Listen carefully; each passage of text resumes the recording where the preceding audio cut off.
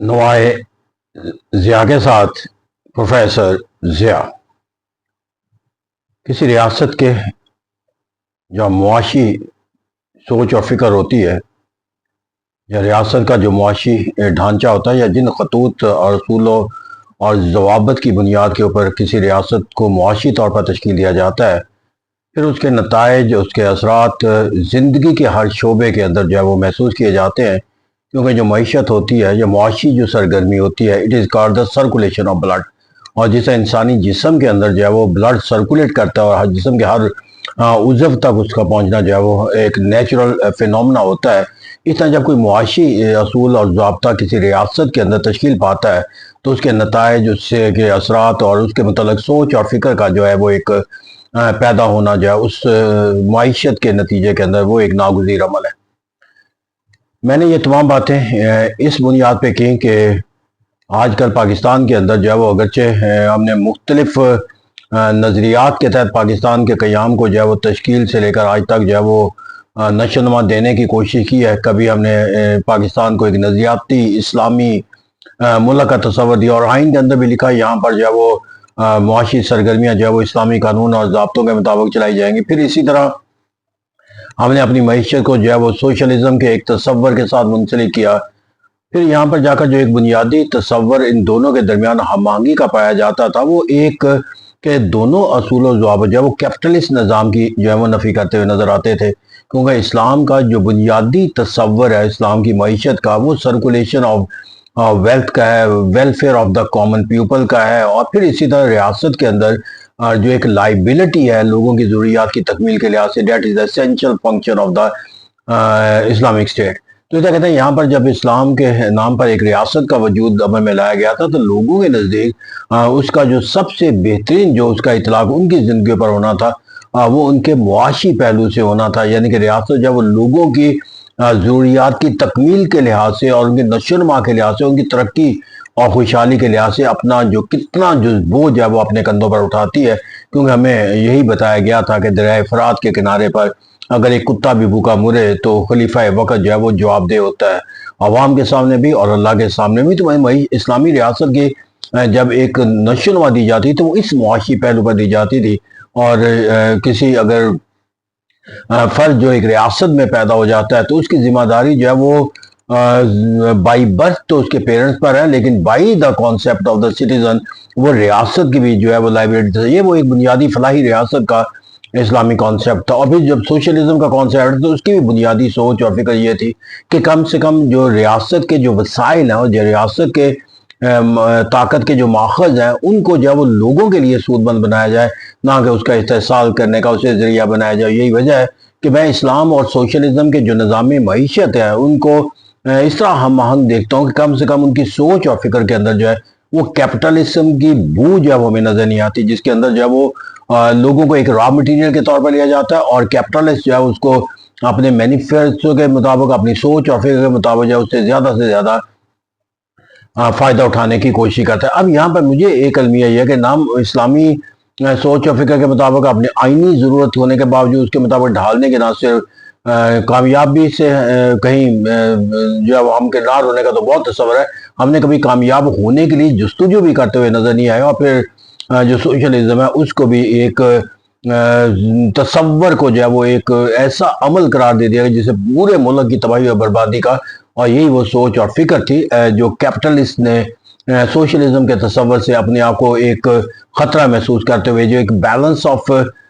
جو ہے وہ ٹیرر کے طور پر جو ہے وہ لوگوں کے سامنے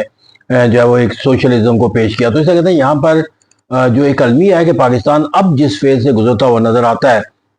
اور جس کو ہم ایک کے بعد ایک دوسری اینٹ لگا کر اس سے مستحکم ایک عمارت کی شکل دیتے ہوئے نظر آتے ہیں، وہ کیپٹلزم، اور کیپٹلزم بھی ان اٹس ورسٹ فارم، کیونکہ کیپٹلزم کا بنیادی تصور یہ ہوتا ہے کہ ایک انویسٹر جو ہے وہ انویسٹ کرتا ہے اور اس سے زیادہ منافع کماتا ہے، اپنے وسائل میں اضافہ کرتا ہے، اور اس طرح وہ لوگوں کے جو وسائل ہوتے ہیں ان سے اپنے لیے وسائل کا حصول زیادہ سے زیادہ بنا کر اپنی ویلتھ کے اندر اس امیر تر ہوتا ہے اور غریب تر ہوتا ہے۔ لیکن میں نے کہا یہاں پر صرف معاشی سرگرمیوں کے لحاظ سے نہیں کہ پاکستان کے اندر کتنے انڈسٹریل جو ریسورسز ہیں وہ کیپٹلسٹ کے پاس ہیں، یا لوگوں کے لیے ضروریات زندگی کے فراہم کرنے والے جو ادارے ہیں وہ کتنے ہیں، اور اس کے جو سرکولیشن آف ویلتھ کے تحت اس سے حاصل کرنے والے پروفٹ جو کہ وہ پاکستان کے کتنے خاندان ہیں، یا پاکستان کے اندر جو ٹوٹل ویلتھ ہے اس کے اندر جو ہے وہ غریب لوگوں کا کتنا حصہ ہے، امیر لوگوں کا حصہ. بھائی یہ تمام پہلوؤں سے ایک کیپٹل نظام کے اندر تو تجزیہ کیا جائے، لیکن اس سے زیادہ جو میرے نزدیک تلخ پہلو یہ ہے کہ ہم نے اس ملک کے اندر کم سے کم جو ایک نظامی تعلیم تھا اس کے متعلق ایک سوچ اور فکر پائی جاتی تھی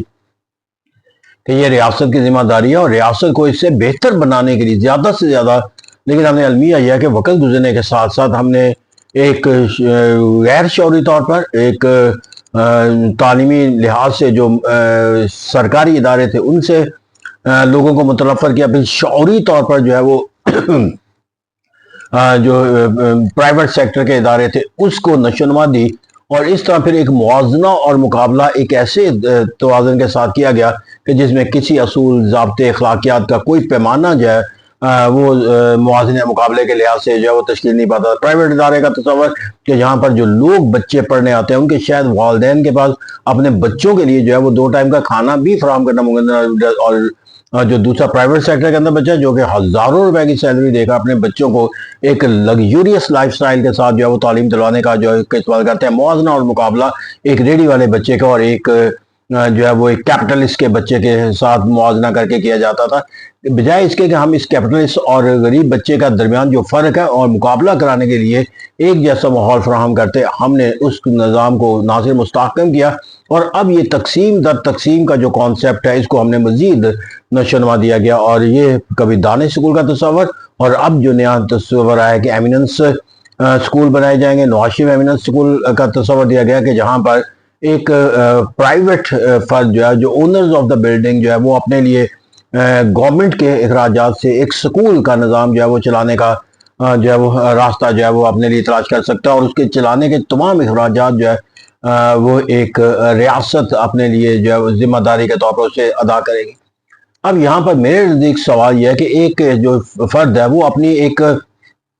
عمارت کو جو ہے وہ اپنی انویسٹمنٹ کے لحاظ سے جو ہے وہ اگر کسی ایک دوسری سرگرمی کے لیے موضوع اور زیادہ منافع دار سمجھا ہے تو کیسے ممکن ہے کہ وہ ایک تعلیمی سرگرمی کے لیے اسے استعمال کرے گا، اور جب وہ تعلیمی سرگرمی کے لیے استعمال کرے گا تو پھر یہاں پر جا کر اسے اپنی اس مفاد کے لحاظ سے ریاست کے تحت نہ صرف پروٹیکشن حاصل ہوگی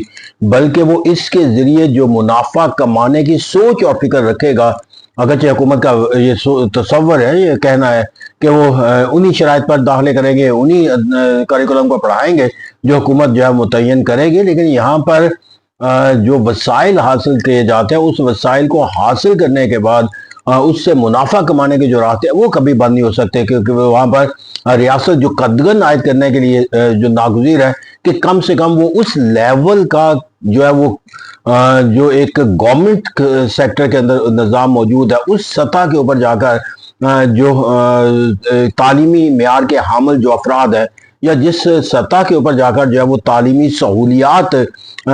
بچوں کو فراہم کی جاتی ہے اس نظام کو وہ تشکیل دے گا بلڈنگ کے ساتھ. مثال کے طور پر ایک لائبریری کی ضرورت ہے، ایک لیبارٹری کی ضرورت ہے، پھر وہاں پر جا کر جو ہے وہ جو ٹیچنگ فیکلٹی ہے وہ اس سیکٹر کے اوپر ہونی چاہیے کہ they should have been selected by the Punjab public service commission, کیونکہ یہ پنجاب کی پالیسی ہے. تو اسے کہتے ہیں یہاں پر وہاں پر اسے ریکروٹ کرنے کا بھی جو اختیار ہے، اور وہ کس اہلیت کی بنیاد پر، کس کیلیبر کے بنیاد کے اوپر اور کس سیلری کے اوپر جا کر منتخب کرتا ہے کہ وہاں پر وہ تمام کا تمام استحصال جو ہے وہ اس فرد کو دے دیا جائے گا جس کو ریاست وسائل دے رہی ہے اپنے بچوں کو پڑھانے کے لیے. یعنی کہ نہ معیار پر جو ہے وہ کوئی چیکس اینڈ بیلنس ہے، نہ جن سے یہ خدمات حاصل کی جائیں گے ان کو استحصال سے بچانے کے لیے کوئی راستہ جو ہے وہ حکومت جو ہے متعین کرتی ہوئی نظر آتی ہے. تو that is why I call it the worst form of the جو ہے وہ کیپٹلسٹ نظام ہے کہ یہاں پر جو ہے وہ آپ کے پاس معلوم ہے کہ لوگوں کے پاس جو ہے وہ تعلیمی ان امپلائمنٹ طبقہ موجود ہے، لہٰذا ان امپلائڈ طبقے سے جو ایک پرائیویٹ سیکٹر کے اندر جو ہائر کرے گا سروسز، پھر اس کے لیے جو ہے معیار کا بھی کوئی تصور جو ہے وہ قائم نہیں کیا جائے گا، ان کی سلیکشن کا بھی کوئی معیار جو ہے وہ پرائیویٹ اسکول از خود طے کرے گا. تو ایسا کیپٹلسٹ جو ہے وہ اپنے جو اس سے بڑی مثال ہمارے لیے اور کیا ہو سکتی ہے کہ کیا اس کیپٹلسٹ نظام کے اندر جو ہے وہ جتنے بھی انڈسٹریلسٹ ہیں وہ جو ہمیں ڈیٹا فراہم کرتے ہیں اپنے بزنس کے لحاظ سے وہ تمام ایز اٹ از جینوئن ہوتا ہے، صحیح ہوتا ہے، کیا اس کے ذریعے جو وہ ٹیکس کا نظام قائم کرتے ہیں، خود حکومت وقت کا یہ بیان ہے کہ وہ سب سے زیادہ جو پاکستان کے اندر جو ہے وہ ٹیکسز کے نظام کے لحاظ سے بدعنوانی کا ایک کانسیپٹ پایا جاتا ہے، وہ اس طبقے کے اندر پایا جاتا ہے جو تجارت کے ساتھ منسلک ہوتا ہے، جو انڈسٹریلسٹ ہے یا وہ کیپٹلسٹ ہے۔ تو اسے کہتے ہیں جب ایک انڈسٹریلسٹ اور ایک کیپٹلسٹ ایجوکیشن کو بھی انڈسٹری کے طور پر لے گا تو اس کے نتیجے کے اندر جو ہے وہ جو وسائل حاصل کرے گا، اس وسائل کو ویلفیئر پرپز کے لیے استعمال کرے گا، وہ اپنے لیے منافع کے لیے اس باب کے بعد۔ تو کیا حکومت وقت جس ایمیننس اور سکول کا تصور دیتی ہے، اس کی لیبارٹریز، لائبریری اور اس کی ٹیچنگ فیکلٹی جو ہے وہ اس سے بہتر ہوں گی جو ابھی تک جو تصور ہمارے ساتھ قائم کیا گیا کہ جو آؤٹ سورس سکول کیے گئے ہیں، وہاں پر جا کر جو ہے وہ جن تعلیمی دستگاہ کے طور پر جن کو ذمہ داریاں سونپی گئی ہیں، میں وہ ایک المیہ سے کم نہیں ہے کہ وہاں پر جو ہے وہ جو افرادی صلاحیتوں کے حامل جو لوگ ہیں، ان کے کیلیبر اور ان کی اہلیت کے بارے میں کوئی پیمانہ اس سطح کا مکمل کرنا جس سطح کے اوپر آج کے لحاظ سے گورنمنٹ کسی بھی سیکٹر کے اندر سکول جو موجود ہے وہ اس کا جو موازنہ مقابلہ کیا جا سکتا ہے۔ ایسا پاکستان کے اندر جو بڑے ادارے اپنے آپ کو کہلاتے ہیں پرائیویٹ سیکٹر کے اندر، ان کا اگر وہ چاہے وہ اعلیٰ تعلیم سطح کے ساتھ ان کا موازنہ اور مقابلہ جو ہے وہ گورنمنٹ سیکٹر کے وابستہ جو فیکلٹیز ہیں اور جو سہولیات ہیں، جو بلڈنگز ہیں اور جو لیکن چونکہ حکومت وقت کی سوچ اور فکر کا بنیادی تقاضا یہ ہے کہ اپنے اوپر بوجھ جو ہے وہ کم کرنا ہے، اور اس طرح ایک جو انڈسٹریلسٹ ہے اور ایک کیپٹلسٹ ہے اس کے لیے جو ہے وہ ایک ریسورس بننا ہے تاکہ وہ آپ کے لیے ایک ماخذ بن سکے، کیونکہ لوگوں سے شاید ان کو مایوسی اور محرومی کا سامنا ہے، لہذا ایک کیپٹلسٹ جو ہے وہ زیادہ کیپٹلسٹ کے مفادات کے تحفظ و فروغ کو جنم دے سکتا ہے۔ تو میرے لیے یہاں پر اس لیے ایک بہت المیہ کہ ایک ایجوکیشنسٹ کے طور پر پہلے ہی ہمارے اندر جو تعلیم کے نتیجے کے اندر جو درجہ بندی کر دی گئی ہے، یہ اعلیٰ تعلیمی اداروں کا تعلیم یافتہ شخص ہے، اور یہ اس کے ٹیگ جو اس کے ساتھ لگا دیا جاتا ہے، وہ ایک معاشرے کے اندر ہر مقابلے کے اندر ہر کمپٹیشن کے اندر وہ اپنی ایک فضیلت قائم کر لیتا ہے دوسروں، پھر اس کے اندر کہیں جا کر جو ہے وہ مڈل سطح کے اوپر پرائیویٹ سیکٹر، پھر کہیں جا کر ہم نے گورنمنٹ سیکٹر، اور اب اس کے نتیجے کے اندر اس کے اندر بھی ہم مزید کبھی دانش سکول اور کبھی اب جو ہے ایمیننس سکول، اور اس طرح جو ایک بچہ ایم سی پرائمری سکول کے اندر داخلہ لے گا وہ اپنی سوچ اور فکر کے لحاظ سے یا اس کے والدین کے سوچ اور فکر کے اندر جو ہے وہ اپنے بچوں سے متعلق کیا سپیریارٹی کمپلیکس جو ہے وہ جنریٹ کیا جا سکے گا جب خود ریاست جو ہے اس کے اوپر عدم اعتماد کر کے اپنے لیے جو ہے وہ ایک سیف ہیون کے طور پر جو ہے وہ ایک نیا راستہ جو ہے وہ تلاش کرنے کی کوشش کرتی ہوئی نظر آتی ہے۔ تو ایسا کہتے ہیں یہاں پر جا کر کہا جاتا ہے کہ جو بلڈنگ کے اخراجات ہیں، جو مین اخراجات ہیں، وہ لیکن اس بلڈنگ کے جو اخراجات حکومت کرتی ہے وہ اس کے اونرشپ ہوتی ہے، اور یہ حکومت کے اخراجات نہیں ہوتے بلکہ ریاست کے اخراجات ہوتے ہیں، اور ریاست کے اگر یہ ایک پرائیویٹ سیکٹر کے اندر ایک فرد کسی علاقے کے اندر جا کر جو ہے وہ تعلیمی اپنے آپ کو جو ہے وہ راستہ نہیں رکھتا یا اسے کوئی اور آلٹرنیٹ بزنس جو ہے اس کو دستیاب ہو جاتا ہے، تو پھر اس کے بعد گورنمنٹ کے اندر اور پھر یہاں پر المیہ یہ ہے کہ یہ جو تصور دیا جا رہا ہے ایمیننس سکول کا، وہ دیا جا رہا ہے میٹروپولیٹن سٹیز میں، جیسے کہ یہاں کے لوگوں کے پاس جو ہے وہ وسائل موجود ہوں اور وہ اپنے آپ کو جو ہے وہ ایک بہتر ماحول کے اندر جو ہے وہ تعلیم دینے کے لیے اپنے بچوں کو جو ہے وہ داخل کروانے کے خواہش مند ہو، تو وہاں پر جا کر جو ہے وہ ایک درجاتی جو تقسیم کا تصور ہے وہ ہم نے مزید ایکسپینڈ کر دیا کہ اربن ایریا کے اندر یہ تصور ہوگا پرائیویٹ، اگر گورنمنٹ کی طرف سے یا ریاست کی طرف سے اگر لوگوں کی فلاح و بہبود کا کوئی تصور میرے نزدیک اختیار کیا جانا چاہیے تو اس کی بنیاد جو ہے وہ دا موسٹ اور worst area, the most poorest اور دا پورسٹ پیپل سے شروع کرنا چاہیے، نہ کہ میٹروپولیٹن اور رچ کلاس کے لوگوں کے لیے۔ تو میرا یہاں پر ہم ایک تلخ تجربے سے گزرتے ہوئے نظر آتے ہیں کہ جس کے اندر جو ہے وہ ریاست کے اندر جو ریاست کی ذمہ داری ہیں نہ سے اس سے انحراف ہوتا ہوا نظر آئے گا، بلکہ معیار تعلیم کے تصور کے لحاظ سے جو ریاست کا جو کنٹرول ہے وہ ختم ہوتا ہوا نظر آئے گا، اور بالآخر ہم لوگوں کو یہ تعلیم اور تربیت کے اس تصور کے ساتھ منسلک کر دیں گے کہ اگر انہوں نے اپنے بچوں کو تعلیم دلوانی ہے تو پرائیویٹ سیکٹر کے اندر ہی ممکن ہے۔ گورنمنٹ کے جو ادارے ہیں وہ تو آپ کی نہ تو ضروریات کو پورا کر سکتے ہیں، نہ گورنمنٹ اس کے ذریعے آپ کو تعلیم دلوانا چاہتی ہے۔ تو اس اگر let's have the good wishes for the government, اس کے نتیجے میں اندر جو ان کا بنیادی تصور ہے کہ وہ کوئی وسائل بچا لیں گے اور ملک ان وسائل کو بچا کر جو تعلیم پر وہ خرچ کرتے نظر آنے کو دودھ کی نہریں بہ جائیں گی، تو میرے خیال میں یہ ایک ایسا المیہ ہے جس کے نتیجے کے اندر جا کر ہم آئندہ آنے والے جو چند ماہ سال ہے میں حکومت کی تبدیلی، کیونکہ اس پالیسی کے اندر جو میرے نزدیک تلخ تجربہ ہے وہ یہ ہے کہ ایک ایجوکیشنسٹ ہونے کے باوجود مجھے اس کی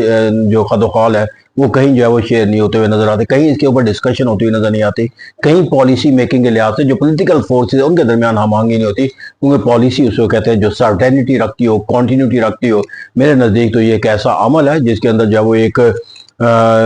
مخالف کوئی بھی سیاسی قوت جو ہے وہ اپنے لیے ایک بیانیہ بنائے گی، اور جب مخالف قوت بیانیہ بنائے گی تو سب سے پہلا جو سرمایہ دار ہوتا ہے، جس طرح سٹاک ایکسچینج کی ایک صورتحال کی تبدیلی سے پورا سٹاک ایکسچینج کا نظام تبدیل ہو جاتا ہے، یہ معیشت کے اندر جو ہم نیا نظام تعلیمی وضع کرنے جا رہے ہیں یہ ایکسپلائٹیشن کے صورت میں تو قائم رہ سکتا ہے، لیکن کہیں بھی انسرٹینٹی یہاں پر پیدا ہوئی ہے اس طرح کولیپس کرے گا جس طرح سٹاک ایکسچینج کولیپس کرتا ہے، پھر نہ یہ ادارے رہیں گے، نہ ان اداروں کے اندر بڑھنے والے بچے رہیں گے، اور ان کا مستقبل کیا ہوگا ہمیں اس سے کوئی لینا دینا نہیں ہے، کیونکہ ہم نے تو ملک کی ترقی کو سوچ اور اپنی کے فکر کے مطابق ڈھالنا ہے، اور چونکہ ہماری سوچ اور فکر اب کیپٹن نظام کی افادیت کے تصور پر قائم ہے تو اسی کو ایگزیکیوٹ کرنا مقصود ہے، لیکن یہ جو عمل ہے اس عمل کے نتیجے کے اندر جو ایک